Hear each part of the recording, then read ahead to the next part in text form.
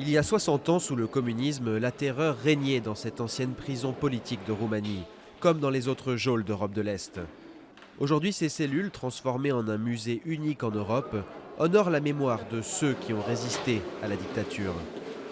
Leader d'un mouvement étudiant qui demandait plus de liberté en 1956, Théodore Stanka se rend chaque année au mémorial des victimes du communisme et de la résistance de Sighet.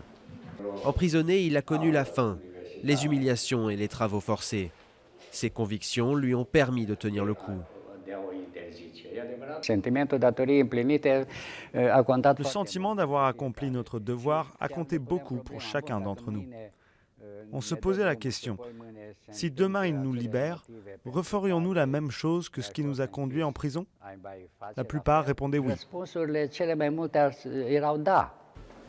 Le musée décrit la répression, mais aussi les moyens d'y résister, comme la poésie. Composés sans crayon ni papier, interdits en prison, les vers étaient transmis de cellule en morse, gymnastique mentale et solidarité. La poétesse Anna Blandian a fondé le musée avec son mari, Romulus Russan. Ses livres étaient interdits sous la dictature de Ceausescu. Et pour elle, l'existence du mémorial est un miracle, alors que d'ex-communistes font encore partie des cercles du pouvoir. En comprenant ce qui a eu lieu, la répression à laquelle nous avons été soumis durant près de 50 ans, nous comprenons quels sont les résidus de cette période totalitaire dans la Roumanie d'aujourd'hui, pourquoi l'État se remet aussi difficilement.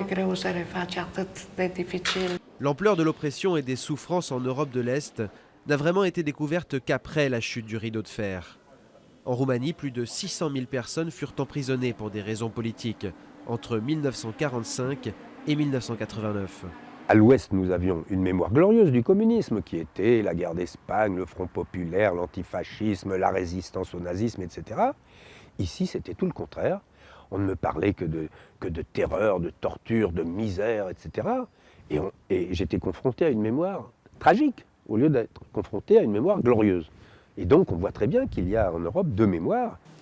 Le mémorial fête ses 20 ans cette année. Il a montré à plus d'1 million de visiteurs du monde entier la nécessité d'une vigilance constante contre le totalitarisme.